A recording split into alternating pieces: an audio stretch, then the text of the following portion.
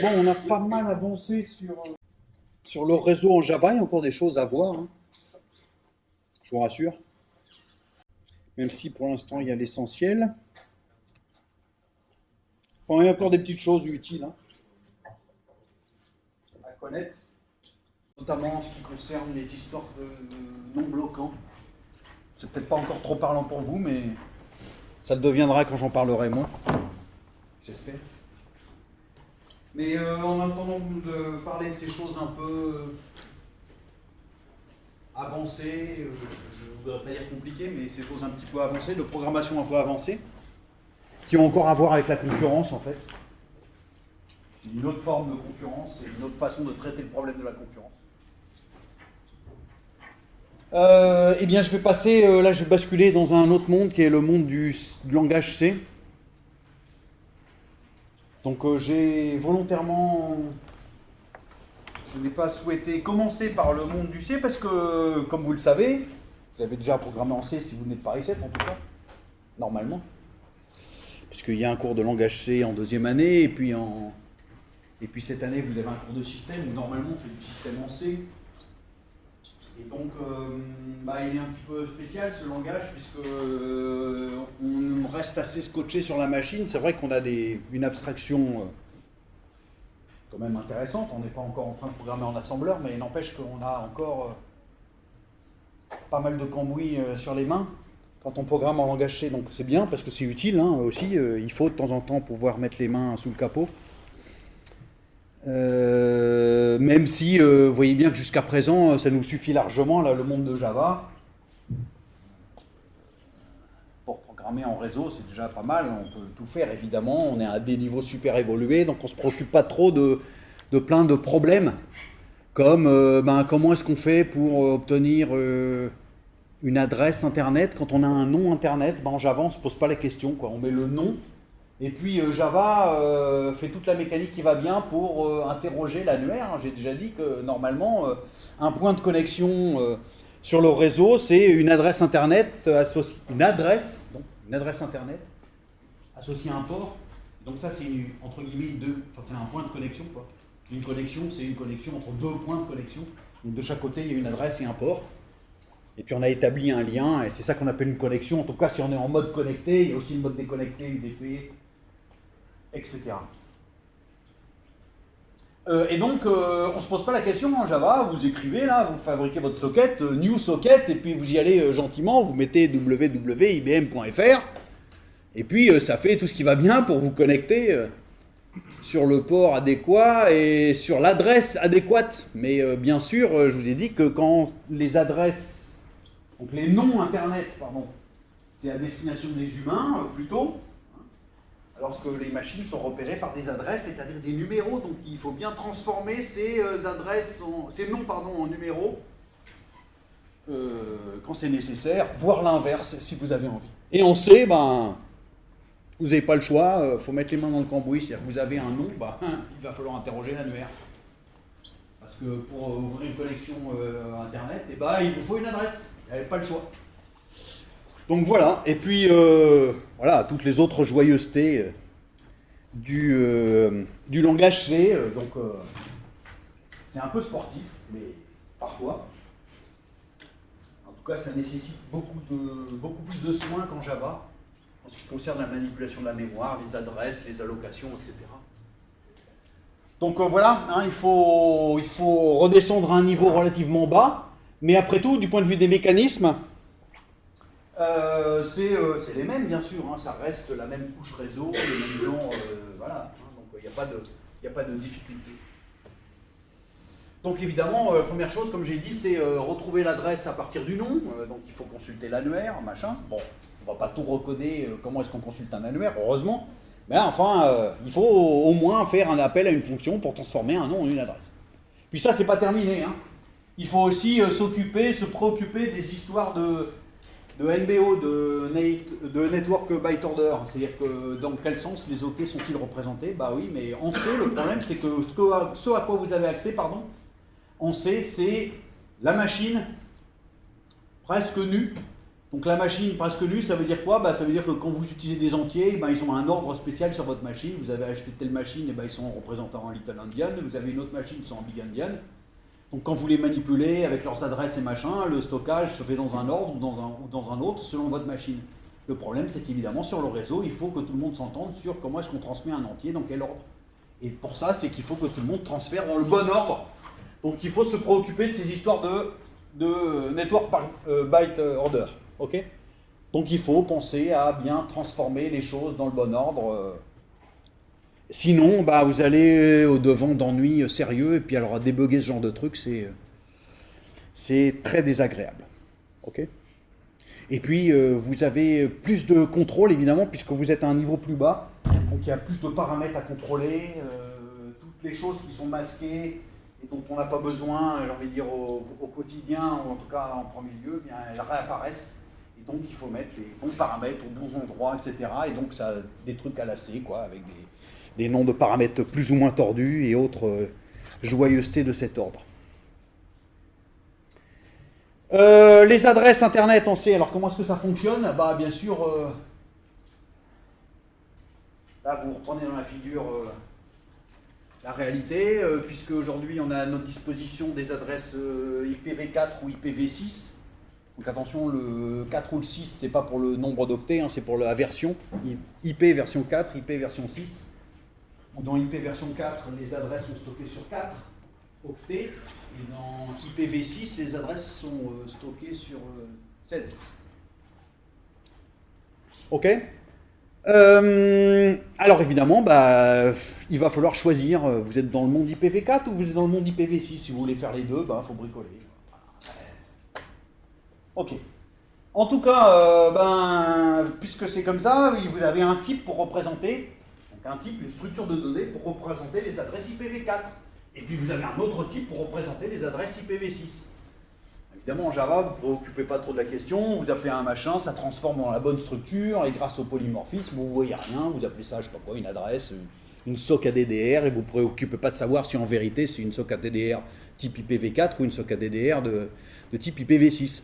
On sait, vous n'avez pas ça, il n'y a pas de polymorphisme, donc vous avez vos structures, il faut vous trimballer les bons types. Alors les deux structures sont struct in ADDR pour IPv4. Ça c'est dans le cas où vous voyez vos adresses comme des structures. Évidemment, comme on est dans le monde du C et que c'est un peu pervers, il y a aussi le cas où vous voyez ça comme un simple type. Donc il existe un autre type qui s'appelle in_addrt. Ok? in_addr_t. Bon, T pour dire type, mais pour dire que c'est une adresse internet. Alors soit comme une structure, soit comme un type. Je vous rassure, dans les deux cas, en fait, c'est exactement la même chose. En fait, dans la structure inaddr, qu'est-ce qu'il y a? Il y a un champ de type inaddrt. Alors comme ça résout la question. Bon, bref, c'est les bizarreries du C, mais voilà, vous avez la possibilité de voir les choses de différentes manières. Et inaddrt, c'est quoi? C'est évidemment un entier 32 bits. Sur toute machine, vous avez évidemment la garantie que c'est un entier 32 bits, puisque les adresses internet sont sur 4 octets, donc 32 bits. 4 x 8, 32. Pour IPv6, qu'est-ce qu'il vous faut cette fois? Il vous faut une autre structure, la struct in6_addr pour IPv6. Voilà, c'est comme ça. Alors en général, vous n'avez pas à remettre la main à l'intérieur de ces structures. Vous ne devriez pas. C'est toujours possible, hein, puisqu'on sait, on vous interdit rien, au contraire.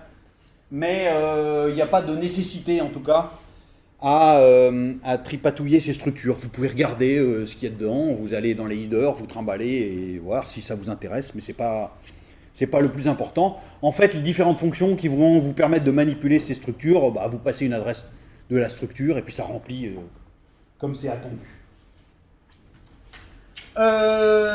Et puis, vous voulez utiliser ces structures-là, il faut bien faire puisque vous voulez utiliser quelque chose, et on sait, la précaution à prendre quand on veut utiliser quelque chose, c'est d'obtenir la déclaration de ce quelque chose, c'est le minimum, pour garantir que le compilateur fasse les vérifications d'usage, vérifier que vous utilisez correctement le type, etc. Et donc le fichier d'inclusion correspondant, c'est netinet/in.h. J'y suis pour rien, c'est comme ça, mais voilà.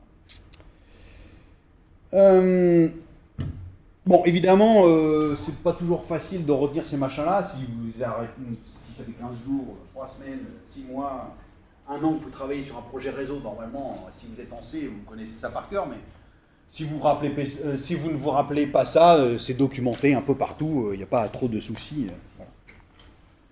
Alors, il y a des fonctions, bien sûr, pour manipuler ces structures. Différentes fonctions. Je ne prétends pas ici faire la liste de toutes les fonctions, mais celles qui sont d'usage le plus général,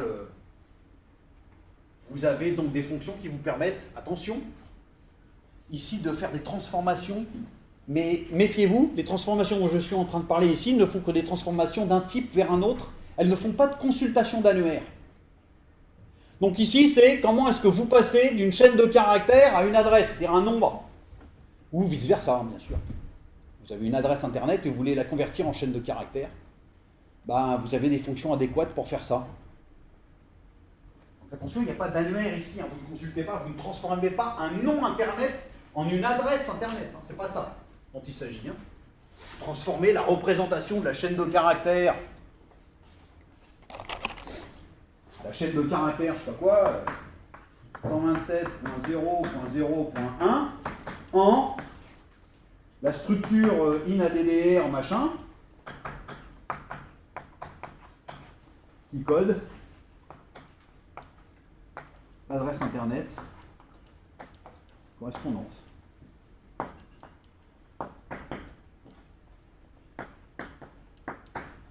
Ça, c'est une chaîne de caractères. Et ça, c'est je sais pas quoi, sous la forme d'une structure inaddr. C'est essentiellement un entier. Hein. Un entier de 32 bits. Donc pour la pile IPv4, évidemment, bah voilà, vous voulez manipuler les transformations d'IPv4 ou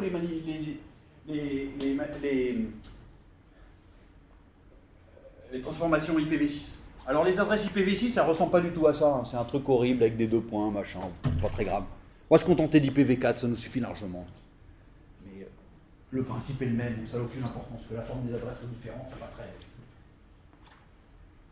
C'est pas pertinent ici. Donc pour la pile IPv4, qu'est-ce que vous avez? Alors vous avez 3 fonctions. Alors vous en avez 2 qui vous permettent de passer du monde des chaînes de caractères au monde des adresses, du C. Et puis vous en avez une qui permet de faire l'inverse. Donc les inet N2A, c'est network to ASCII, N2A. Donc ça transforme du monde des nombres, des adresses internet, vers le nombre des chaînes de caractères. Donc si vous transmettez en paramètre une struct inaddr, la valeur d'une struct inaddr, ce que vous récupérez en sortie, c'est un char étoile. Donc vous transmettez en paramètre une struct inaddr qui contient le stockage qui va bien pour l'adresse 127.0.0.1. Je ne sais pas comment ça doit être stocké, hein. Il y a un byte ordering qui doit aller. Parce que vous avez en sortie, c'est une chaîne de caractères qui est le caractère 1, 2, 7.0.0.1 terminé par caractère nul. Ok. Puis vous avez celle-ci, inet A to N, donc qui fait l'inverse, donc qui transforme les... Alors, bon, une fois sur 3, qui transforme le const char étoile en la struct inaddr étoile. Évidemment, vous êtes obligé de passer par adresse. L'adresse internet, vous devez la passer par adresse, puisque cette fonction doit pouvoir modifier la structure. Donc il ne faut pas passer par copie, il faut passer par adresse. On passe une copie d'adresse. En C, il n'y a que des passages par copie. Ok. Et puis celle-ci, en fait, elle fait exactement la même chose, mais vous passez le char étoile, ça vous renvoie l'adresse en retour. Comme vous préférez. Il y a 2 variantes. En C, il y a toujours des tas de variantes possibles, avec des tas de fonctions, ça dépend de l'humeur des développeurs et de ce qu'on préfère écrire. Pour la pile IPv6, mais en fait, je la présente quand même, bien que j'ai dit tout à l'heure que pour la pile IPv6, c'est pas, on ne va pas manipuler ici de l'IPv6, parce que d'abord, de l'IPv6, vous ne le trouvez pas encore partout, c'est pas... Même si ici, à l'université, IPv6 est déployé intégralement, donc vous pouvez communiquer intégralement en IPv6 ici, mais ce n'est pas le cas en dehors. En tout cas pas partout. N'empêche que pour l'IPv6, la difficulté, enfin une grande difficulté de la migration de IPv4 à IPv6, parce que ça c'est un vieux serpent de mer quand même, cette histoire de IPv6. Ça fait longtemps qu'on a épuisé le nombre d'adresses IPv4. Alors vous allez me dire, ok, si on a épuisé le nombre d'adresses, comment ça se fait qu'on arrive encore à avoir des tas de machines et à les connecter sur le réseau? On a trouvé des alternatives pour pallier au problème, évidemment, hein, mais c'est du bricolage en attendant que tout le monde déploie IPv6. Mais IPv6, c'est pas facile à déployer. C'est une technologie assez compliquée, notamment un des problèmes, c'est la compatibilité, mais IPv6 est compatible IPv4. Donc la plupart des fonctions pour IPv6 fonctionnent aussi. Okay. Donc vous avez deux fonctions qui sont inet n2p et puis inet p2m pour transformer eh bien, des structures vers des chaînes de caractères ou l'inverse. Ok? Donc attention, hein, j'insiste aussi, ces fonctions ne font pas appel à l'annuaire non plus. Hein. Là, ces fonctions sont plus génériques que les petites fonctions un peu bizarroïdes qu'on avait, enfin bizarroïdes non, mais très élémentaires qu'on avait tout à l'heure en IPv4. Elles font des choses bien plus riches que les fonctions qu'on avait tout à l'heure, et notamment on peut les paramétrer en fonction d'un certain nombre de critères. Et en particulier, on peut choisir si on veut transformer quelque chose en IPv4 ou en IPv6. Et c'est à ça que correspond le paramètre. Il va m'énerver, lui.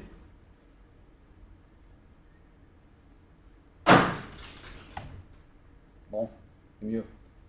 Le paramètre AF ici, hein, qui est ici, là, dans chacune des deux fonctions. Bref, ça fait encore des siennes, très bien. C'est la famille protocolaire. Donc, vous choisissez dans quelle famille vous êtes en train de travailler.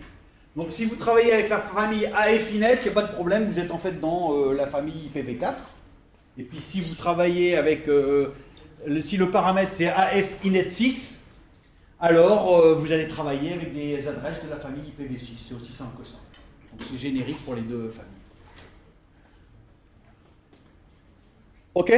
Alors peut-être que je peux vous montrer un exemple de ce machin-là. Il faudrait que je retrouve un... Si vous me donnez quelques secondes... Je vais essayer de retrouver un exemple d'utilisation de ces fonctions. Voilà un petit exemple. J'ai essayé d'illustrer diverses choses qui se produisent sur ma machine. J'ai essayé de regarder un peu. Donc il faut décortiquer ça. C'est pas... Donc la première chose, c'est que j'ai essayé... Vous voyez, donc, à quoi elles servent ces fonctions? C'est qu'évidemment, le problème, c'est que vous pouvez imaginer que votre application... Hein, c'est votre partie client, peu importe, imaginons, mais votre client, vous le lancez, c'est une application, vous la lancez, elle vous dit quel est le numéro du serveur vers lequel vous voulez vous connecter. Donc si vous saisissez ça, c'est bien une chaîne de caractères. Et donc il faut bien transformer cette chaîne de caractères en une adresse pour que le programme, lui, puisse enfin se connecter sur l'adresse elle-même. Donc ces fonctions servent à ça. Okay, en Java, c'est caché à l'intérieur de la classe socket, etc. Mais il y a bien cette transformation-là. Mais dans la classe socket de Java, vous lui passez bien une string. N'empêche que cette string, elle va être transformée en je sais pas quoi, en la soc ADDR qui va bien, ou je sais pas quoi. Donc pour le C, évidemment, vous êtes obligé de le faire vous-même. Donc la première chose que j'ai essayé, c'est de transformer une adresse comme celle-ci, pourquoi pas. Hein. C'est bien une adresse internet sur 4 octets, 172, 23, 128, 25. Je ne sais pas où j'ai pris cette adresse.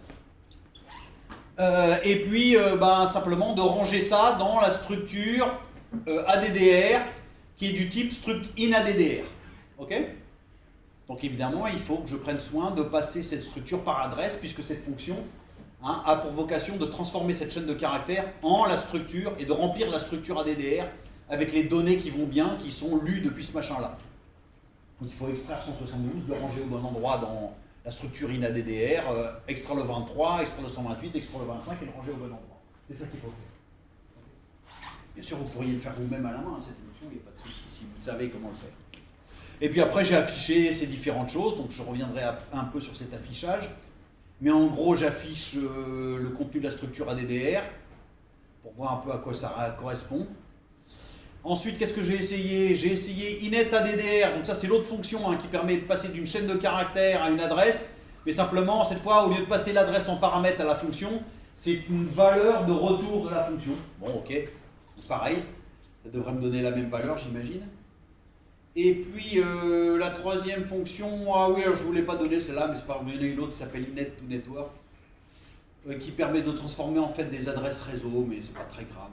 Alors le problème c'est qu'elles n'utilisent pas le même byte ordering comme on le verra. Et puis après, la dernière chose que j'ai essayé de faire, c'est quoi? Bah, c'est de faire l'inverse, c'est-à-dire de retransformer mon adresse en chaîne de caractères. Donc en utilisant cette fois la fonction générique, qui me permet de donc, N2P, et qui me permet de sélectionner la famille d'adresses que j'ai à disposition. Et donc N2P, elle me permet de transformer du network vers mon programme. Okay, si j'avais fait P2End, je sais que j'aurais fait la même chose. Donc ok, je vais essayer d'exécuter ce machin-là, on va voir à quoi ça ressemble.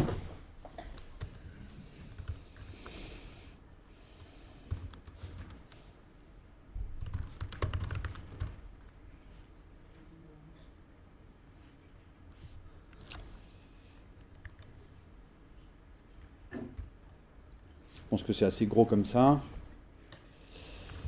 Ouais, on va faire comme ça. Voilà. Pour voir un peu à quoi ça ressemblait. Donc il y a divers affichages qui ont été faits. Donc le premier, c'est que le premier affichage, c'est Inet to N, c'est parce que la fonction qui me transforme une chaîne en nombre,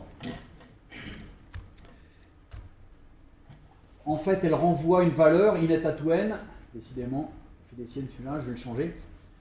Et le nombre, c'est si ça a fonctionné, si la transformation a fonctionné, elle renvoie 1, si ça n'a pas marché, elle renvoie 0. Donc, le premier affichage m'indique simplement le premier affichage m'indique simplement que la transformation a fonctionné. Donc ensuite, qu'est-ce que j'ai fait? J'ai affiché, alors ce qui est indiqué aussi dans la documentation, j'aurais pu regarder, tiens, la documentation. Je vous conseille de le faire. Je sais que sans doute, et très probablement en système, on vous a conseillé aussi en C de faire des man à tire-larigot. Comme en Java, je vous ai conseillé de regarder la documentation Java. Donc on peut regarder à quoi ressemble la documentation de Inet to N. Mais on va vous donner diverses informations.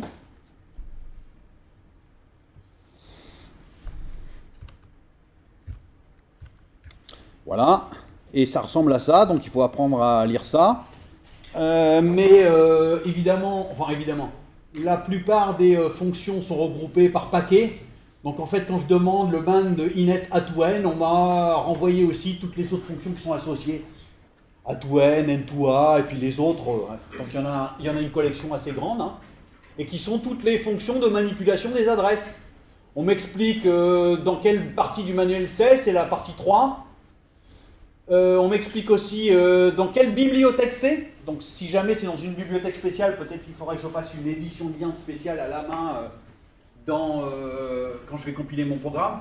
En l'occurrence, c'est dans la bibliothèque C standard, donc je ne m'en préoccupe pas, je n'ai pas fait de compilation bizarre. Et puis ensuite, vous voyez, on me dit quel est le fichier d'inclusion à utiliser. Et puis, on me donne le prototype de toutes les fonctions. Donc je retrouve le prototype de Inet to N. Hein. Et donc, quelque part, il va être documenté qu'est-ce que fait exactement Inet to N. Donc, j'ai une description.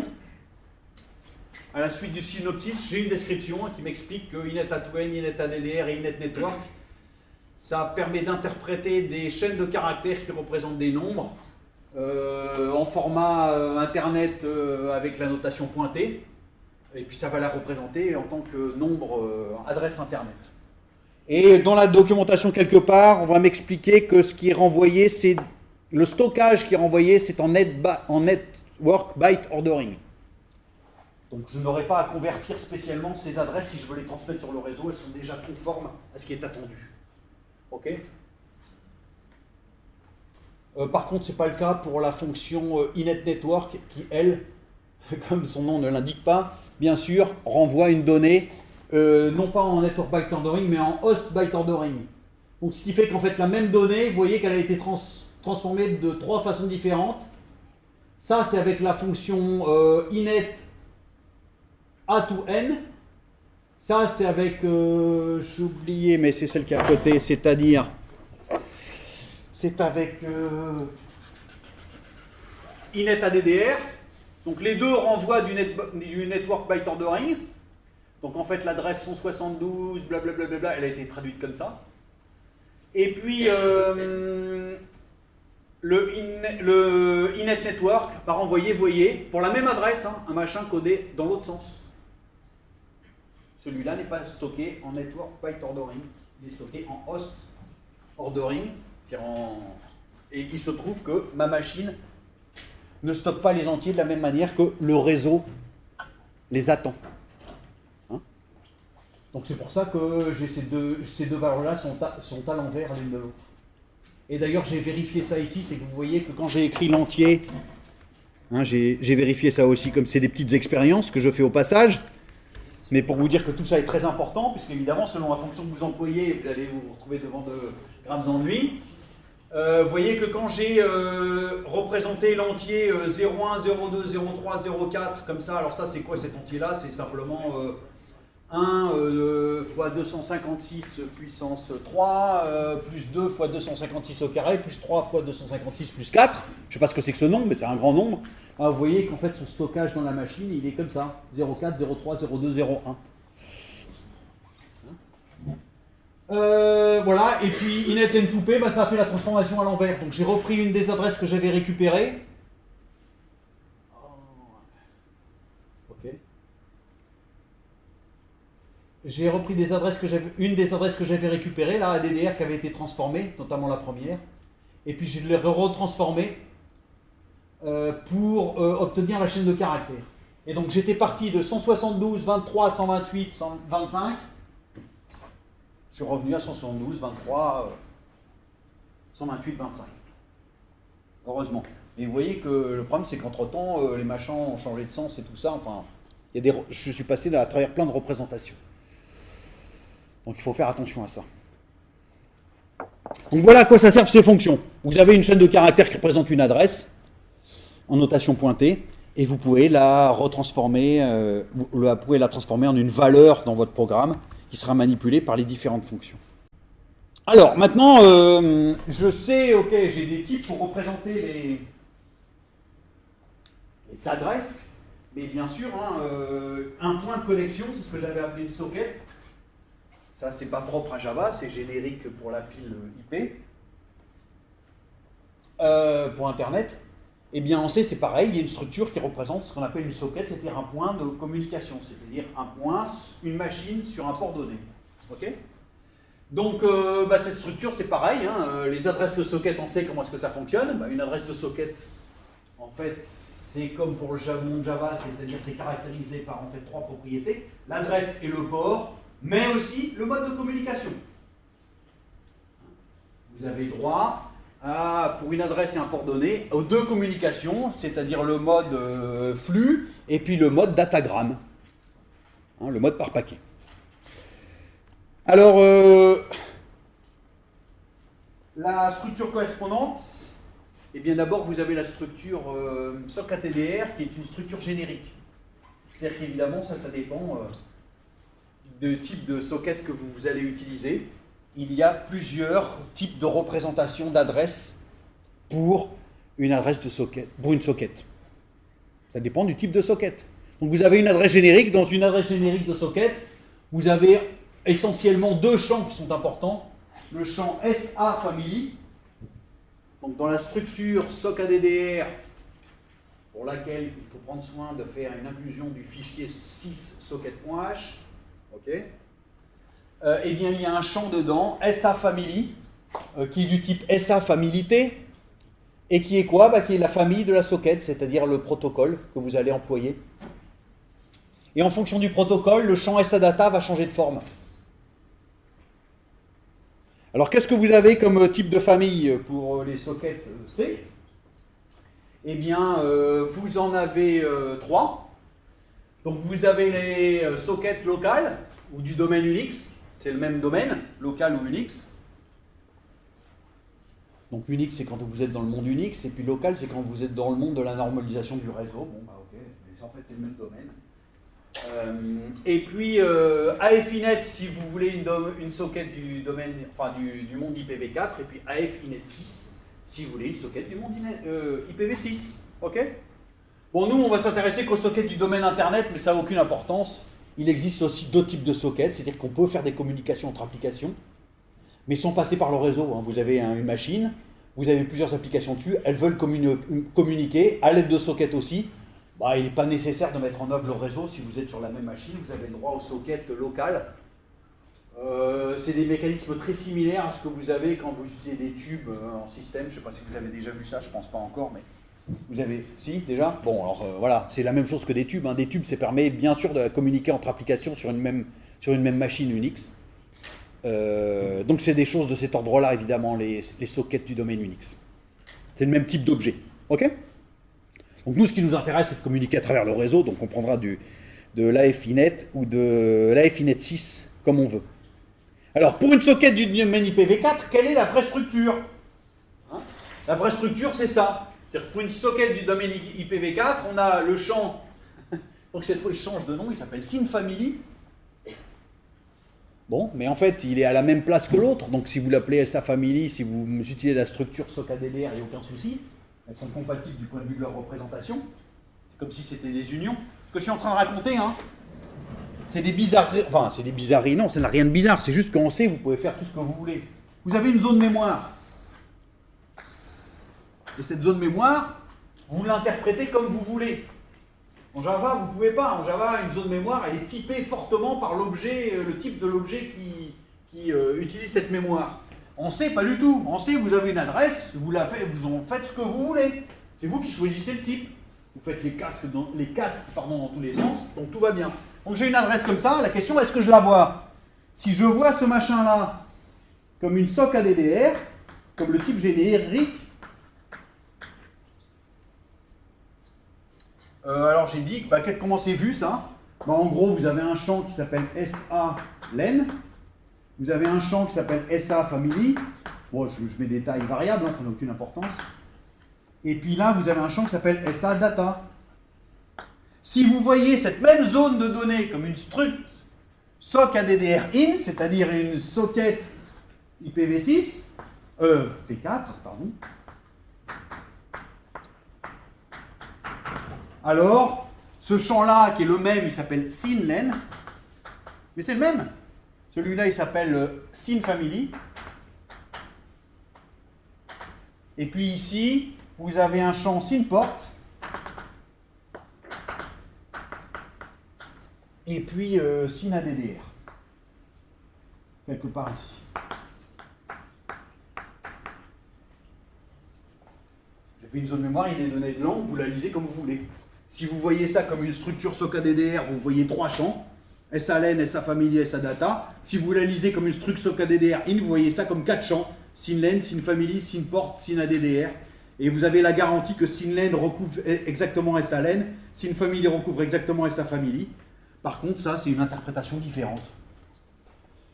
Bien sûr, vous avez aussi une adresse du domaine IPv6, et donc vous avez une structure SOCADDR in6, où évidemment vous avez toujours les champs len, family et port, et puis le reste est des trucs particuliers à IPv6. Donc on retrouve évidemment l'adresse IPv6, mais vous avez un champ supplémentaire qui s'appelle flow info. En IPv6, en fait, on en a profité au passage, non seulement pour passer d'un monde IPv4 où il n'y avait pas grand-chose, c'est-à-dire on n'avait que des machines, on faisait juste des communications, éventuellement datagramme ou flux, mais se sont tout de suite posés d'autres problèmes hein, avec le succès, disons, d'Internet. Le problème, c'est qu'avec IPv4, toutes les communications sont mises au même niveau, quoi. Mais est-ce que c'est vrai? Est-ce qu'il n'y a pas des communications qui seraient plus prioritaires que d'autres? On peut avoir envie de ça, évidemment. Hein. Est-ce que c'est très important que le courrier soit mis... la délivrance du courrier sur le réseau soit de même priorité que la délivrance de la vidéo? Non, ce n'est pas la même criticité. Hein, si vous recevez votre mail avec quelques minutes de retard, c'est pas très grave. Par contre, une vidéo, si vous recevez une image toutes les minutes, je doute fort que vous continuiez à regarder la vidéo sur Internet, hein, ou la télé sur Internet.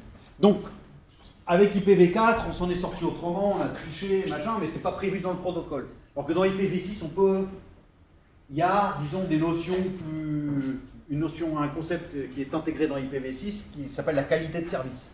Quelle qualité de service vous voulez? Est-ce que vous voulez garantir un débit, blablabla, ce genre de choses.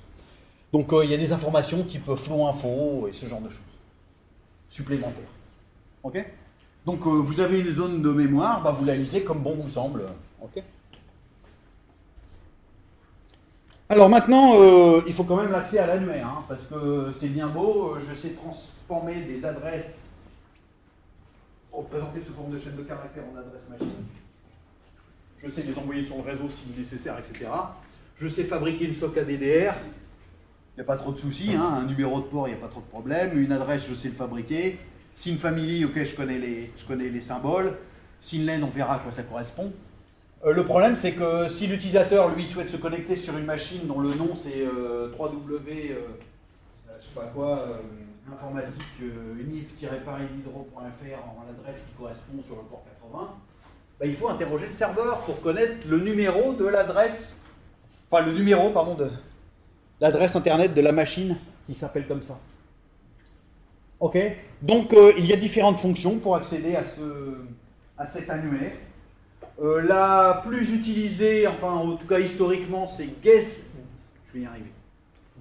Host by Name, qui comme son nom l'indique, permet d'obtenir le nom, enfin l'adresse d'une machine, le host,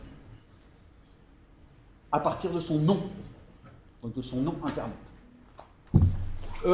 Cette fonction est assez primitive, mais vous en avez une plus générique, là qui permet de faire beaucoup de choses. Dont le nom est Get ADDR Info, donc qui permet d'obtenir plus de choses. Alors on va regarder ces différentes fonctions, mais c'est comme ça. Alors la première, c'est la fonction Get Host by Name, qui prend en paramètre une chaîne de caractères, donc un char étoile, et qui vous renvoie quoi en sortie? Bah, qui vous renvoie une structure de type host ant, donc qui décrit une entrée pour un hôte internet. Et puis pour utiliser cette fonction, il faut faire l'include magique de netdb.h, bon c'est comme ça. Et qu'est-ce que c'est cette structure host-ant? Ben voilà, dans la structure host-ant, vous avez 1, 2, 3, 4, 5 champs. Donc vous avez le nom de la machine. Donc c'est un char étoile. Vous avez un char étoile-étoile. Donc un tableau de char qui s'appelle H aliases. Et puis ensuite, vous avez HADR type, HLang et un tableau de string de char étoile sur les HADDR list. Bon, en fait, quand vous interrogez un nom, quand vous demandez la résolution d'un nom, on appelle la résolution d'un nom, c'est transformer un nom en une adresse.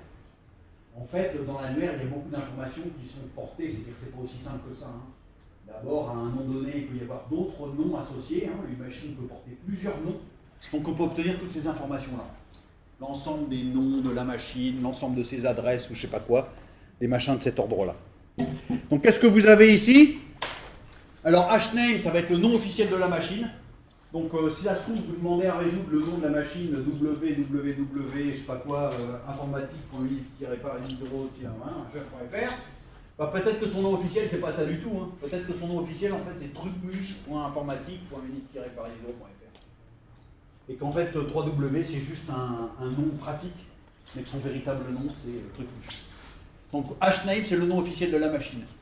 Alias, c'est le tableau de tous les surnoms connus. Peut-être qu'elle s'appelle 3W, mais peut-être qu'elle s'appelle aussi, évidemment, trucmuche, mais peut-être qu'elle s'appelle aussi bidule, machin, et puis je sais pas quoi. Okay.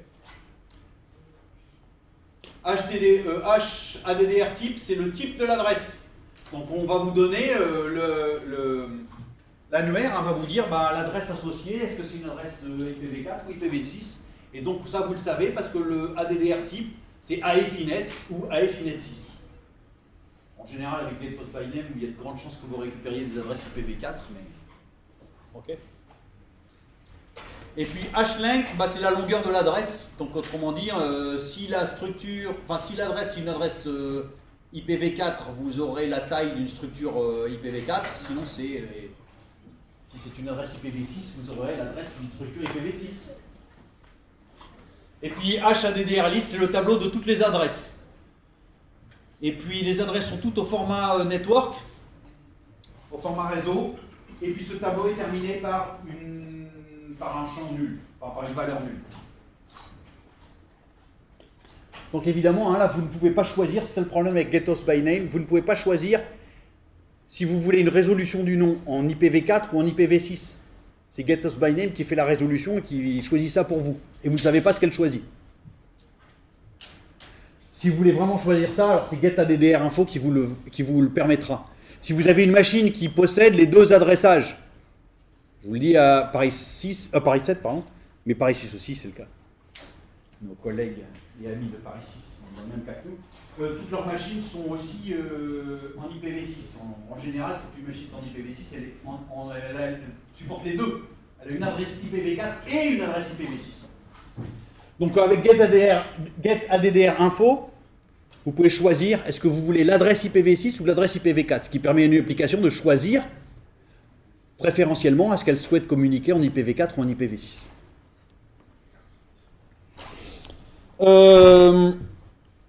Bon, on va regarder un bout de code qui fait ça en fait. Donc j'en ai un ici, mais je pense que je vais le retrouver, celui-là. Donc qu'est-ce que j'ai fait ici? C'est une petite application C. Hein. Vous lui transmettez en paramètres des noms internet. Ok. Donc une liste de noms internet.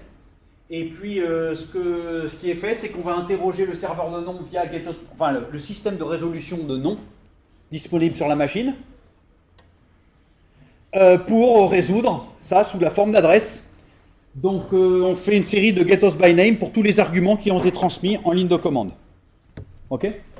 Donc ici vous avez le getOsByName, et puis pour chaque réponse obtenue, eh bien on affiche le nom officiel, la liste des alias, et puis la liste de toutes les adresses, en exploitant la fameuse structure hostAnt qui est renvoyée par getOsByName.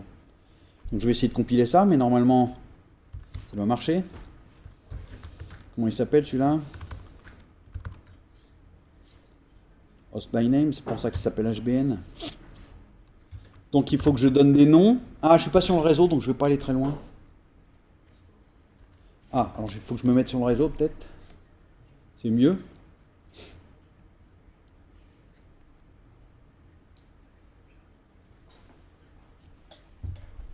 Si je parle sur le réseau, hein, je risque pas d'obtenir des résolutions très malines.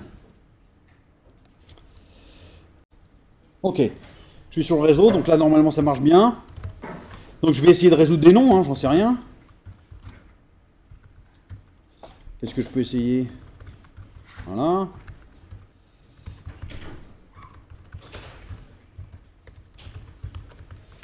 Donc ce programme, hein, vous lui donnez en paramètre une série de noms internet, et puis il va essayer de faire la résolution pour chacun de ces machins-là. Bon, voilà ce que j'ai obtenu. Donc j'ai obtenu que www.ibm.fr, son nom officiel, vous voyez, c'est en fait redirect.www.ibm.fr, c'est comme ça. Que son alias, bah, bien sûr, c'est www.ibm.fr. Son adresse, c'est 129 42 38 et 1. Pour www.google.fr, son nom officiel, c'est www.google.fr. Il n'a pas d'alias, par contre, il a 3 adresses différentes. 173, 101 machin, 55, 63 et 56. Et puis pour le serveur web, pour l'adresse qui est censée héberger le serveur web de l'UFR d'informatique, donc www.informatiqueunif-paris-diderot.fr, son nom officiel, comme je vous l'ai dit, c'est pas Trucmuche, c'est Trottinette. Voilà.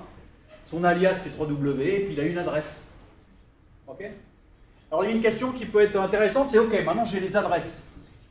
Si la résolution se passe bien, je vais obtenir au moins une adresse.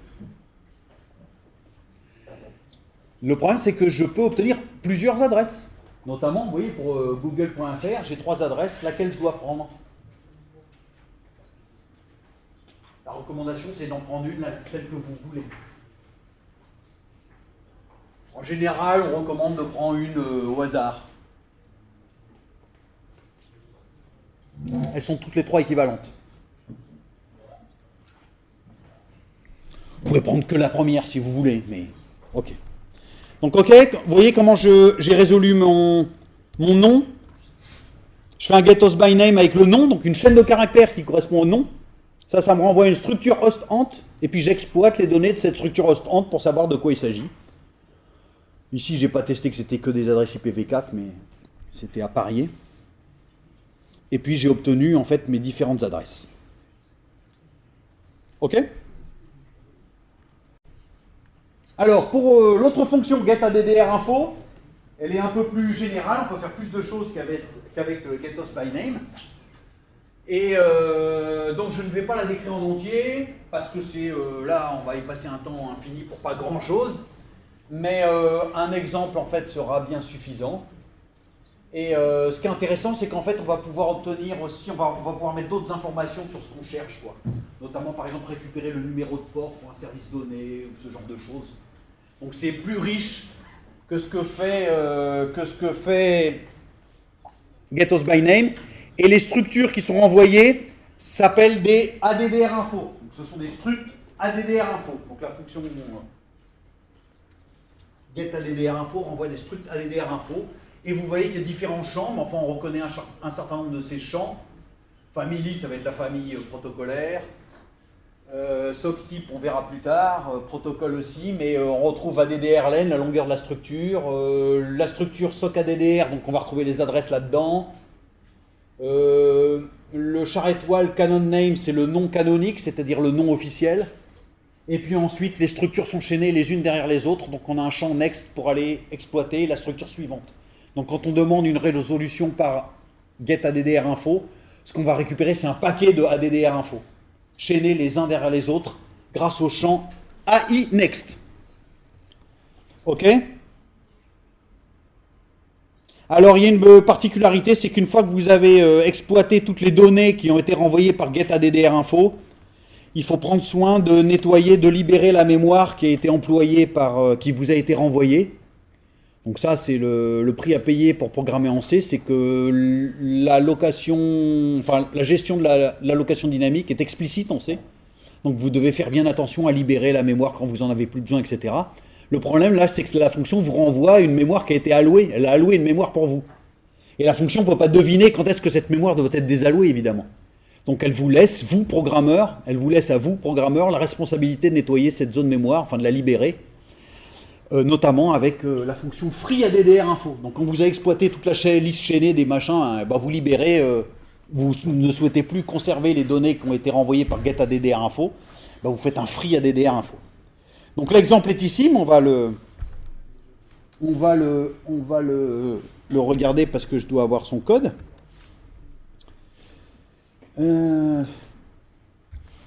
Alors, je pense qu'il est là, voilà. getAddr-info. Alors c'est un petit peu plus compliqué à utiliser, mais c'est toujours la même idée, hein, vous voyez, c'est que j'autorise l'utilisateur à mettre en ligne de commande, sur la ligne de commande, un paquet d'adresses, enfin de noms internet. Je pourrais très bien mettre des adresses d'ailleurs, ça n'a aucune importance. Et puis cette fois, je vais les exploiter via getAddr-info. Donc ce que je récupère avec getAddr-info, c'est un pointeur first info sur la tête de la liste. Donc, ce que je vais récupérer, c'est une liste d'addr-info.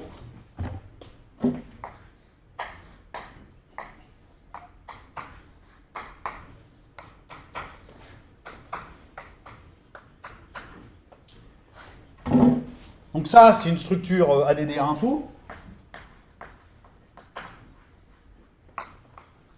qui pointe vers une structure addr-info qui est le même point de 1. Ok. Et donc le premier que j'ai, c'est ça que je veux récupérer. Je veux récupérer la tête de liste. Donc ce que je passe, c'est un pointeur. Il me faut un pointeur vers un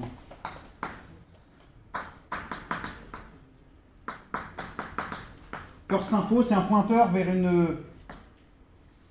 Attention, first info n'est pas une structure addr-info, c'est un pointeur vers une structure addr-info. Et comme il faut que ce pointeur soit modifié par la fonction, il faut que je passe l'adresse du pointeur. Bon, ok. Donc, et de first info. Très bien, si ça fonctionne, tant mieux. Sinon, évidemment, la fonction me renverra une valeur différente de 0, puisque c'est comme un appel système. Les appels système, quand ils fonctionnent, ils renvoient à 0 habituellement. Et donc, si ça fonctionne, bah, qu'est-ce que je fais? Eh bien, je vais parcourir la liste. Donc, c'est ce qui est fait ici, c'est ma petite boucle for ici. Hein. Je vais parcourir ma liste jusqu'à tomber sur nul. Et puis, pour chacune des informations que j'ai ici, je vais exploiter les données que je trouve dedans. Donc, je vais regarder quel est le type des choses qui me sont renvoyées. Donc, j'ignore les sockets de type diagramme. Et tout ce qui m'intéresse, c'est les choses du domaine AFINET. Donc, d'abord, je regarde si la famille, c'est AFINET normal ou AFINET 6. Et puis, selon les cas, eh ben, je transforme ça en une adresse...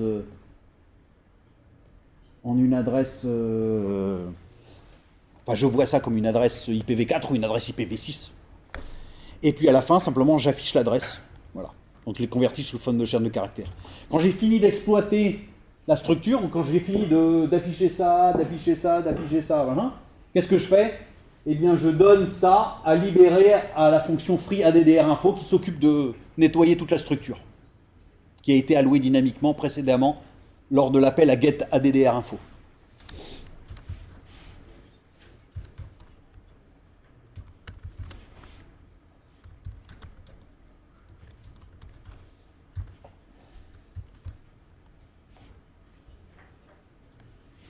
Donc je vais faire le même appel sur... Voilà. Donc voilà ce que j'ai obtenu. Je n'ai pas retiré toutes les informations. Hein. Ce qui m'a intéressé, c'est juste les adresses. Donc vous voyez que pour IBM, j'ai retiré son adresse. Pour Google, j'ai retiré les mêmes, plus une autre adresse. Tiens. Une adresse bizarroïde, la 4e adresse. Et puis pour informatique... j'ai retiré aussi l'adresse que j'avais tout à l'heure, l'adresse 199.80, plus une autre adresse sous la forme bizarre. La forme bizarre, c'est l'adresse IPv6. Une adresse IPv6, ça ressemble à ça. C'est comme ça. Ok, donc là, j'ai interrogé effectivement le serveur de nom de façon plus fine. On voit bien qu'à travers getHostByName. Hein. GetHostByName m'a renvoyé que de l'IPv4. Bah, c'est comme ça. Sur ma machine, c'est ce qu'il a fait.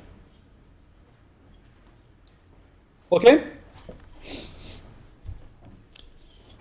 Donc ok, maintenant j'ai à peu près tout ce qu'il faut. C'est-à-dire que je sais transformer les noms en adresses, les chaînes de caractères noms en adresses, je sais transformer les chaînes de caractères adresses en adresses.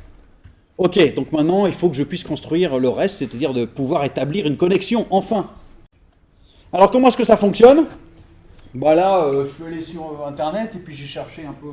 si je trouvais des documentations, donc je vous ai piqué des images qui en fait expliquent assez bien quel est le processus à utiliser pour établir une connexion une fois que vous avez vos données là. Hein, vous avez récupéré les adresses au bon format, etc. Alors, vous avez en fait à gauche, c'est le côté serveur, et puis à droite, le côté client. Alors le serveur, hein, pour établir une connexion, il faut qu'il fasse ces machins-là. En gros, il faut qu'il fasse socket, bind, listen, accept. Rappelez-vous, hein, sur Java, c'était facile, hein, vous oubliez complètement la résolution du nom et tout ça, vous faisiez new socket, accept. C'était terminé, vous aviez la connexion. En fait, ce qu'il y a derrière, c'est bien sûr, il y avait la résolution du nom, la création de la socket, l'attachement à une adresse, la création de la liste d'attente, et puis la mise en attente. Et puis côté client, bah, il faut fabriquer une socket, se connecter, puis une fois que d'un côté on a accepté, de l'autre côté on s'est connecté, on fait les transferts de données, et puis quand on en a marre, on fait close ou shutdown, on verra la différence de ces machins-là. Okay. Donc ça, j'ai pris ça sur un site web, je suis allé voir sur un autre, qu'est-ce qu'il me racontait? Bah, il raconte la même chose. Ok, le schéma n'est pas tout à fait le même, mais bon, ils ont mis des flèches, ça n'a aucune importance, mais ça signifie simplement, c'est que quand le client fait connect, le accept libère effectivement la connexion, et donc elle est effectivement établie. Puis que quand vous faites send d'un côté, vous faites receive, quand vous faites send de ce côté-là, ça fait receive de l'autre. Enfin, en tout cas, il est possible d'atteindre les données. Sachant qu'ici, on a utilisé read-write. Bon, ok. Et puis, j'ai été chercher encore plus tordu. Donc, c'est pas spécialement pour le japonais, quoique c'est rigolo. Mais c'est surtout qu'il y a un intermédiaire supplémentaire qui a été introduit dans la partie cliente, enfin, dans la partie cliente, dans l'établissement de la connexion. Dans les deux autres schémas, on vous dit que le client, il fait socket, connect. Socket, connect. Ici, il fait socket, bind, connect. Oui, on a la possibilité d'utiliser un bind aussi. Donc c'est une variante qu'on oublie souvent, mais on a le droit aussi de faire un bind côté client. Ok, on ne sait pas à quoi sert le bind, on va voir. Il faut que je décompose chacune de ces différentes étapes. Alors, la première chose, il vous faut une socket. Donc, eh bien, vous avez un appel système pour faire ça.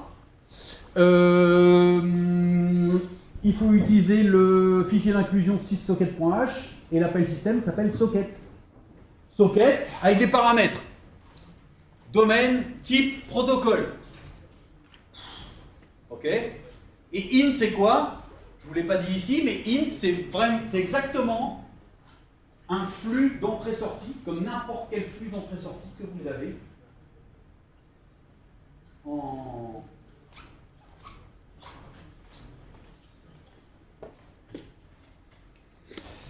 en système.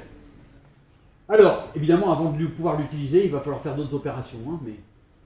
Donc c'est un descripteur. Alors le domaine c'est quoi?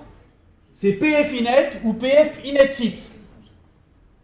Donc vous choisissez si vous voulez communiquer dans le monde IPv4 ou IPv6. Ensuite, pour chacun de ces domaines-là, vous allez choisir le type de connexion. Alors le type de connexion, attention, il y en a plus que deux. A priori, vous dites, ok, je veux soit communiquer en, disons, TCP, soit en UDP. Alors c'est pas vrai, hein. En fait, vous avez le mode connecté, enfin le mode flux, pardon. Le SOC stream, c'est le premier qui nous intéresse. C'est le mode flux. Derrière, c'est du TCP, bien sûr. Mais vous avez aussi d'autres types de connexions, DGRAM, RAW ou SEC packet. On n'étudiera pas ces choses-là, ça devient technique au-delà de RAW et SEC packet, mais en gros, celle qui vous intéresse la plupart du temps, c'est DGRAM, c'est-à-dire c'est l'équivalent de la socket datagram de Java. Pour SOC RAW, c'est si vous voulez vraiment mettre les mains dans le cambouis et manipuler vous-même directement le réseau en envoyant les données, en codant tout comme. Je vous déconseille de faire ça. Hein. Là, ça devient, c'est plus du sport de week-end, là, c'est du sport de compétition. Et puis, sec packet, c'est pas très employé ce machin-là, mais c'est des paquets séquentialisés, bon, peu importe. Et puis, vous avez la possibilité, en général, d'utiliser un autre type de protocole. Laissez tomber celui-là, on utilisera toujours 0, vous ne posez pas la question. Ok? Bon, alors pour les sockets, bien sûr, vous voyez que si vous observez bien, dans les paramètres qui sont transmis au moment de la création de la socket, elle n'est pas associée à une adresse ni même un port. J'ai demandé à créer une socket d'un certain type, mais elle n'est associée à rien. J'ai créé une prise de courant, elle n'est pas branchée sur rien. Voilà. Maintenant, si je veux la brancher, du côté du serveur, en général, enfin vous êtes d'ailleurs obligé côté serveur, vous êtes obligé de faire une opération qui s'appelle bind, hein, qui va brancher votre prise sur la partie du réseau qui vous intéresse. Et alors sur quoi vous allez la brancher? Sur une adresse, sur une SOC ADDR. Vous avez votre socket, qui est votre objet qui vous permet de communiquer, et vous avez l'adresse avec laquelle, à partir de laquelle vous voulez communiquer. Quand je parle d'adresse, c'est adresse du sport, du machin. Donc le bind, il fait l'association entre votre objet système qui permet la communication et l'adresse à partir de laquelle la communication va s'effectuer. Ok? Donc bind, comme vous le voyez, ça associe à une socket donnée une adresse. Ok?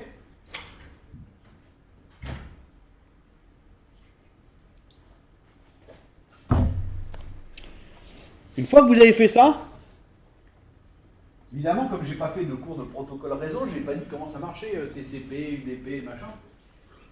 Mais ce qu'il faut savoir, c'est qu'il y a une file d'attente. Hein. La question, c'est qu'est-ce qui se passe du point de vue du réseau, en interne, qu'est-ce qui se passe si plusieurs clients essaient de se connecter sur un même socket serveur?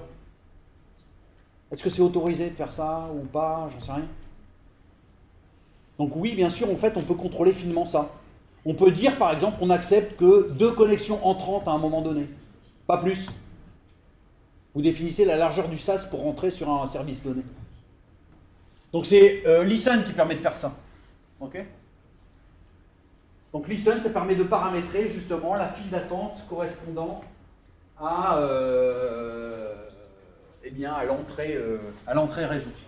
Donc en général, il n'y a pas de raison, pour la plupart des services, la file d'attente, vous mettez 0, ça ne veut pas dire que vous voulez que personne se connecte, c'est 0, c'est l'infini. Vous dites, on s'en fiche, ça ne me regarde pas, je veux autant que possible. Ok ? Donc le système trouve une valeur appropriée, je vous rassure, ça suffit largement. Ça accepte des tas de connexions.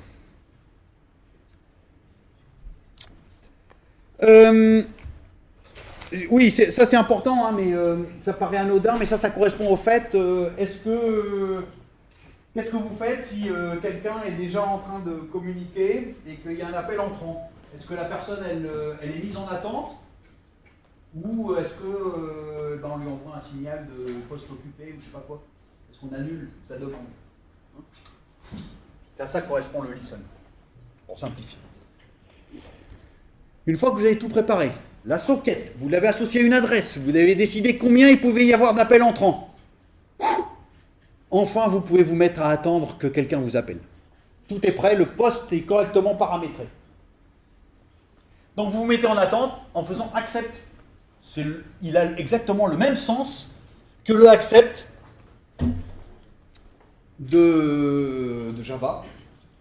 Il se met en attente d'une connexion entrante. Donc on espère que le client va venir se connecter un beau jour sur la socket qu'on vient de paramétrer, c'est-à-dire sur le port et l'adresse donnée. On verra plus tard ces histoires de on-on-block. Hein.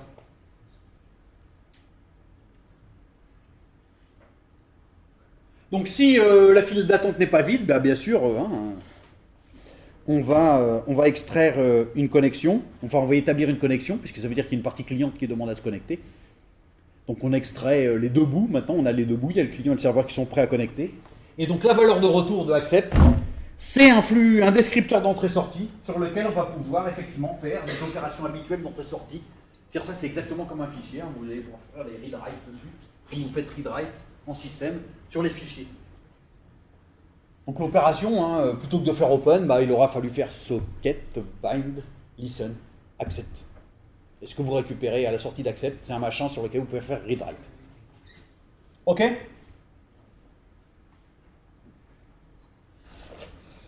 Bien. Côté client, comment ça marche? Bah, côté client, ok, il a fallu fabriquer la socket, bien sûr. Hein, rappelez-vous les diagrammes. Côté serveur, c'était socket, bind, listen, accept, read, write, close. Côté client, c'était socket, connect, read, write, close. Donc connect, ça permet de lancer l'appel. Vous voulez lancer l'appel à partir d'une socket locale vers une socket distante, une socket serveur, dont on espère qu'elle est en mode accept. Donc vous établissez une connexion à distance entre votre socket locale que vous avez créée et puis une adresse distante. Ok? Bon, si ça marche, tout est établi. Si ça ne marche pas, vous avez une erreur. C'est un appel système, comme d'habitude. Vous avez le retour de cette fonction qui est -1. Alors maintenant, ok, vous faites des read-write, ça j'ai dit, il n'y a pas de souci, hein, vous écrivez, vous lisez comme bon vous semble. Bien sûr, quand vous écrivez d'un côté, ça correspond à la lecture de l'autre, et quand vous écrivez de l'autre côté, ça correspond à votre lecture. Hein, c'est un flux, on est sur des sock streams, on est en mode flux, donc ça converge dans les deux sens. Alors maintenant, comment est-ce qu'on comment est-ce qu'on arrête les communications? Alors on peut le faire de façon un peu fine, c'est-à-dire que vous pouvez décider, pour un côté donné, de fermer la connexion et de décider est-ce que vous fermez juste le côté lecture, le côté écriture ou les deux. Ok? Donc vous pouvez éteindre une connexion, en quelque sorte, et simplement la dégrader, à faire en sorte que par exemple elle ne communique plus que dans un sens. Ok? Une fois que c'est fermé, hein, bien sûr, vous ne pouvez pas la rouvrir, hein, cette connexion-là. Donc, ce que vous obtenez quand vous avez connecté une socket, c'est un tube à deux flux. Bah, vous pouvez décider de fermer un flux ou l'autre, ou les deux, ou faire ce que vous voulez, avec shutdown. Ok? Bien sûr, si vous faites close, ça ferme violemment. Hein. Close, c'est close. Ok.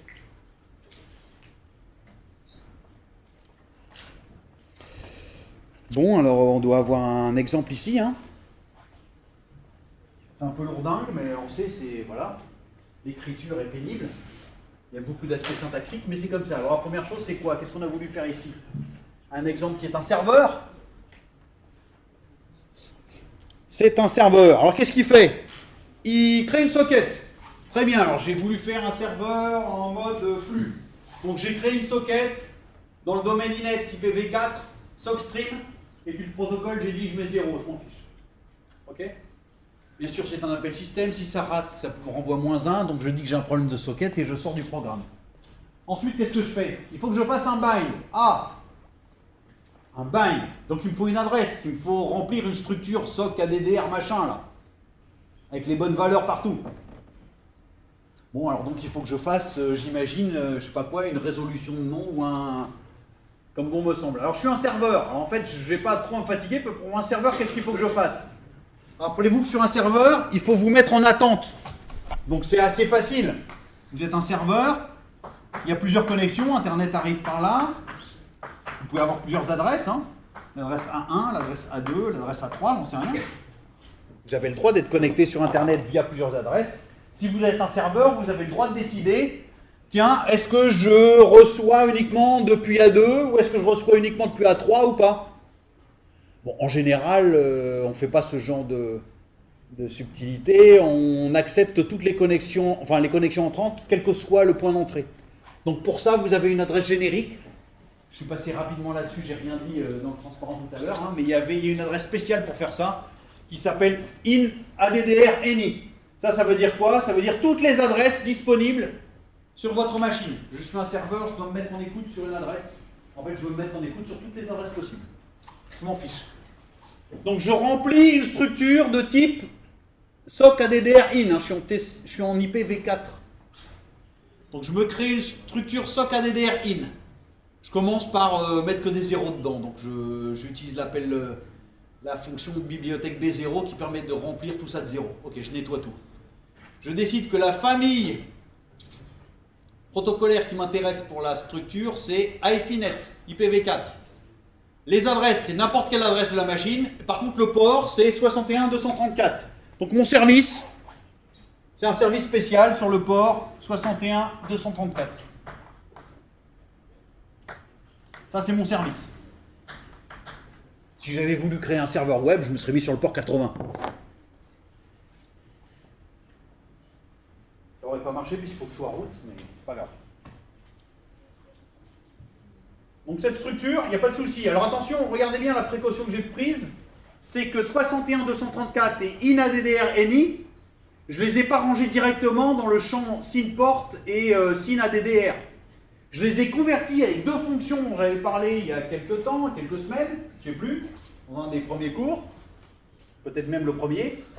Il faut que ces valeurs-là soient stockées dans l'ordre network, dans le NBO. Le problème, c'est que quand j'écris 61.234, ma machine la traduit dans l'ordre local de ma machine. Est-ce que c'est Little, Big Endian ou j'en sais rien. Donc j'utilise systématiquement la conversion qui me permet de transformer ce nombre-là, donc de la représentation host, en la représentation network. Et comme c'est un nombre sur 16 bits, c'est un H2NS pour short. Et puis j'ai fait pareil pour inaddr_any. Inaddr_any, c'est une constante, je ne sais pas comment elle vaut, peu importe, mais c'est une valeur sur 32 bits. Le problème, c'est est-ce que ces 32 bits, ils sont dans quel ordre? Alors j'appelle systématiquement la fonction de conversion H2NS. H2NL, merde. Host to network, et L pour longue, 32 bits. Ok?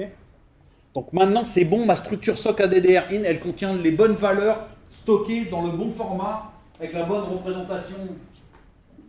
Okay. Faites attention, hein, si je ne mets pas le H2NS, il y a des machines sur lesquelles ça va marcher, d'autres pas. Une fois que j'ai la bonne adresse qui était représentée dans ma structure, qu'est-ce qu'il faut que je fasse? Eh bien, j'ai ma socket, j'ai l'adresse, il faut que j'associe à cette socket l'adresse. Donc je fais un bind. Je branche ma prise sur le réseau, donc à toutes ces adresses sur le port donné. Une fois que j'ai fait ça, j'ai dû faire listen. Donc ensuite, qu'est-ce que je fais? Je prépare une liste d'attente. Je dis OK. Je dis au système, très bien, maintenant tu me choisis une file d'attente de la longueur appropriée, je m'en fiche. La longueur appropriée étant si possible le plus de connexions entrantes. Je ne veux pas que les gens se voient raccrochés au nez. Autant que possible. Hein. Évidemment, s'ils sont plusieurs millions, il y aura certainement y avoir quelques-uns qui vont se faire raccrocher au nez, mais peu importe. Une fois que j'ai fait listen, qu'est-ce que je fais? Eh bien là, je passe au mode serveur. Donc mon serveur, attention, il n'est pas multithreadé, il est séquentialisé ici. Qu'est-ce qu'il fait? Bon, il ne fait pas grand-chose, hein. Il fait accept, donc il se met en attente.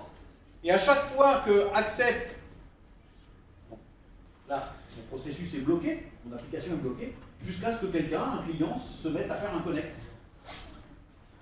Donc quand je fais accept, il y a un moment, j'espère que quelqu'un vient de se connecter. Si c'est le cas, bah, qu'est-ce que je récupère? Un descripteur D. Et qu'est-ce que je fais sur D? Alors il se trouve que je ne fais pas grand-chose là. Mon serveur il fait quoi? Il se contente de simplement lire les données qui sont reçues depuis le client. Donc qu'est-ce qu'il fait le serveur? Dès qu'il a établi une connexion, il commence par fermer son canal d'écriture. Le serveur n'écrira jamais. Donc il commence par fermer le canal d'écriture. Rappelez-vous, ce que vous obtenez, c'est un canal double flux. Vous fermez le flux d'écriture. Et une fois qu'il a fermé le canal d'écriture, ça évite les problèmes. Hein. Mais me dire, je ne suis pas obligé de fermer le canal d'écriture. D'accord. Mais si je ne ferme pas le canal d'écriture, et que par hasard le client se met en attente de lecture, il sera bloqué ad vitam aeternam. Donc j'ai tout intérêt à fermer le canal d'écriture. Si mon serveur n'écrit jamais, il vaut mieux que je ferme le canal d'écriture. La raison est que si mon client tente de lire, on va lui dire, il n'y a rien à lire. On ne va pas le mettre en attente. Hein, c'est comme sur les tubes. Parce que vous avez vu les tubes. Vous connaissez bien le truc des tubes, quoi. Vous vous mettez en lecture sur un tube. Si personne n'écrit jamais, vous attendez. Donc là, au moins, ce qu'on dit, c'est qu'on ferme le côté écriture. Donc c'est sûr, de l'autre côté, il n'aura pas de surprise. Si jamais il tente de lire, il ne sera pas bloqué. On va lui dire non, il n'y aura jamais rien à lire. Et puis une fois que j'ai fermé le côté écriture, bah, par contre le serveur, lui, hein, évidemment, il se met à lire autant de données que possible. Donc il se met à lire ad vitam aeternam, et évidemment, il se met à lire jusqu'à ce qu'il reçoive soit une erreur de lecture, soit qu'il a lu 0. Okay. Donc la lecture est bloquante. Hein. Donc c'est comme pour les tubes. En lecture bloquante, si vous recevez 0, c'est que c'est fini. Et puis à chaque fois que j'ai lu, bah, j'affiche simplement à l'écran des petites valeurs. Une fois que le serveur a fait ça, qu'est-ce qu'il fait? Close D, et qu'est-ce qu'il fait? Et ben il repasse en mode accept. Donc c'est pas un serveur multithreadé, hein, celui-là, il est séquentialisé. Hein. Il fait accept, il traite lui-même la requête, il lit tout ce qu'il y a à lire, et qu'est-ce qu'il fait? Il repasse en mode accept. Donc il n'y aura pas plusieurs clients qui seront servis en même temps. Si je veux faire ça, il faudrait que je fasse du multithreading en C. C'est un peu hors de propos ici. Ici, c'est déjà beaucoup plus sport qu'en Java, on ne vous demandera pas ça. Sinon, il faut simplement que je crée des processus. Si vous savez créer des processus, vous pouvez le faire. Hein. Il n'est pas interdit d'imaginer qu'on vous demandera de faire ça. Alors, on peut essayer, voir si ça fonctionne, ce machin-là. Alors, il faut que je le retrouve. Je dois avoir ça quelque part. Et on va faire une expérience. En fait, j'ai écrit que la partie serveur ici, parce que la partie cliente, hein, elle n'est pas beaucoup plus compliquée. Hein. Je fais un socket, il faut que je prépare aussi la structure sock-addr, enfin sock-addr in.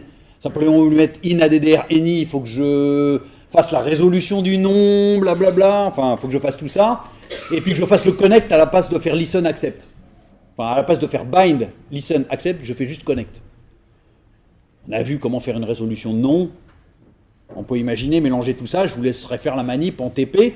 Les TP sont là pour ça. Avant les TP, ben, il faut que je regarde. Je dois avoir un serveur qui traîne quelque part. Donc voilà mon serveur. Ça doit être le même, j'imagine. Hein. Peut-être que j'ai fait quelques petites modifs. Je ne sais pas trop, mais j'imagine que c'est celui qui est dans le support. Socket. bind, listen, accept, shutdown, les lectures, close, accept, shutdown, les lectures, close. Ok. Donc je vais le compiler.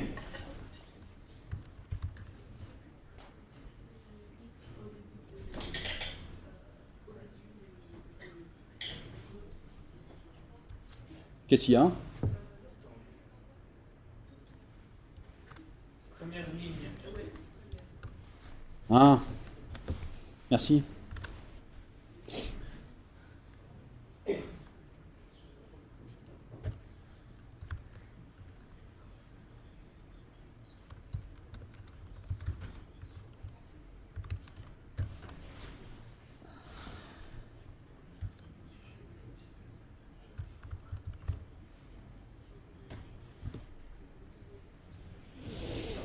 Il n'a pas l'air de planter, donc j'imagine qu'il a réussi à faire le socket, le bind, le listen et l'accept. Hein, j'imagine qu'il est dans le accept. On va peut-être mettre quelques messages, c'est peut-être un peu pas très parlant, mais je vais y arriver.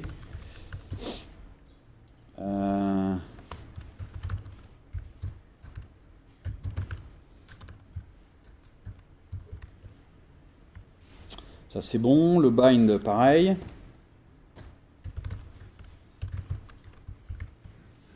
Le listen,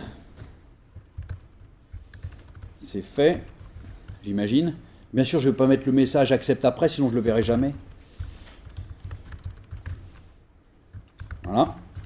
Bah, je ne le verrai jamais, si, mais il faudrait que l'accept soit libéré. Donc pas de souci ici, on va recompiler ce machin-là, on va l'exécuter, ça devrait marcher. Ah oui. Je sais pas ce que j'ai fait, voilà. Ok. Donc il a fait le socket, ok, il a fait le bind, il a fait le listen, et là il se trouve, là il est bloqué dans l'accept, c'est normal, il est en mode serveur, tout est prêt, il attend les connexions entrantes. D'ailleurs c'est des connexions que je devrais voir probablement si je regarde ça. Où est-ce que je vais voir ça? C'est quoi? C'est 61 234, je devrais voir ça quelque part. Hein, je vois d'ailleurs que... Donc là, j'ai utilisé mon outil Netstat pour regarder un peu toutes les connexions qui étaient l'état de mon réseau sur ma machine. Et il se trouve que, vous voyez, il y a la deuxième ligne là.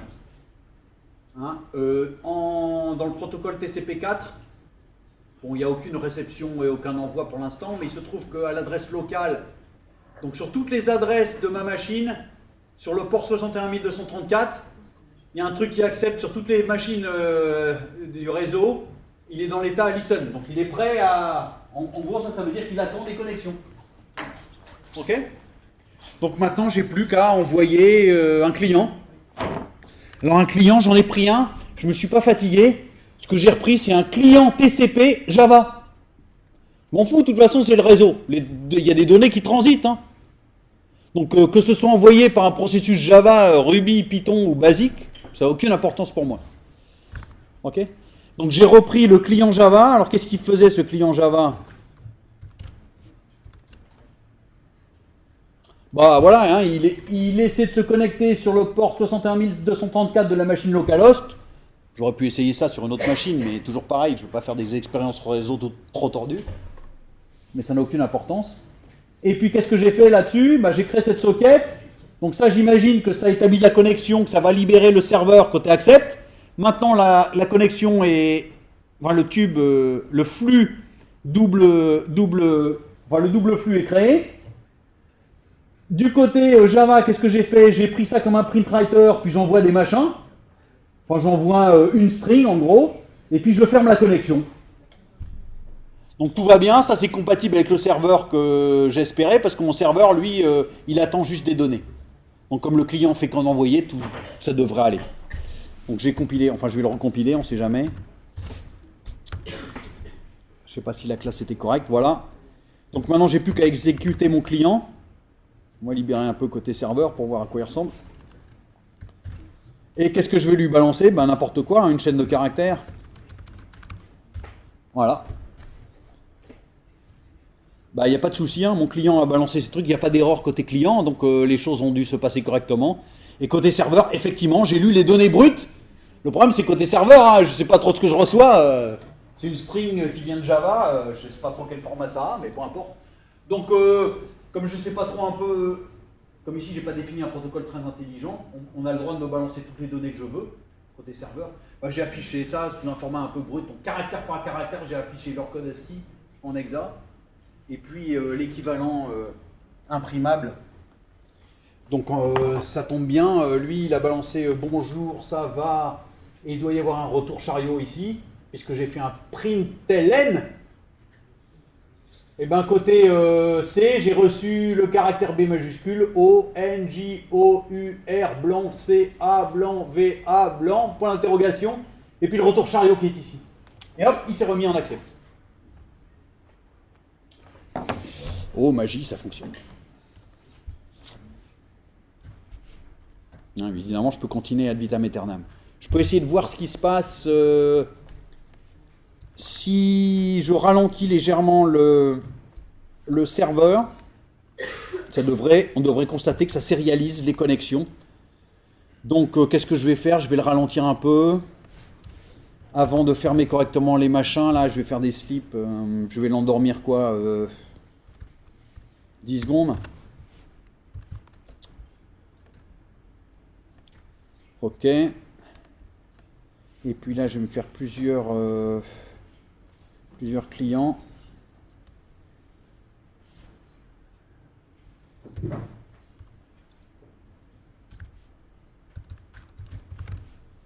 Donc il devrait y en avoir certains qui sont bloqués, j'imagine. Ah oui, comment je voudrais que j'expérimente ça? On va faire ça autrement.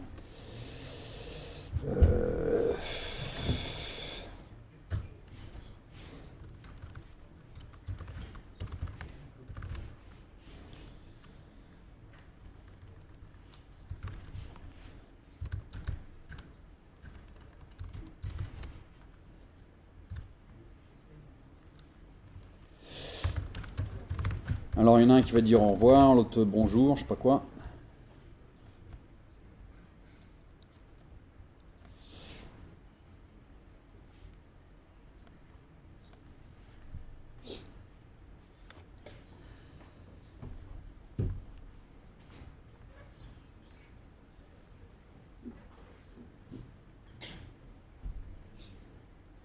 Vous avez remarqué qu'il s'est passé quelque chose d'étrange, hein?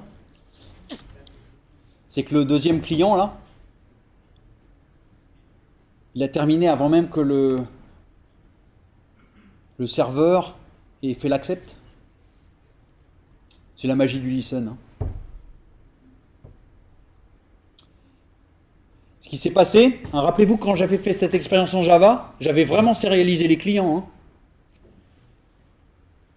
En Java, j'avais fait la même expérience. Un serveur, il attend une connexion entrante, il la traite lui-même. Il ne faisait pas ça par un thread.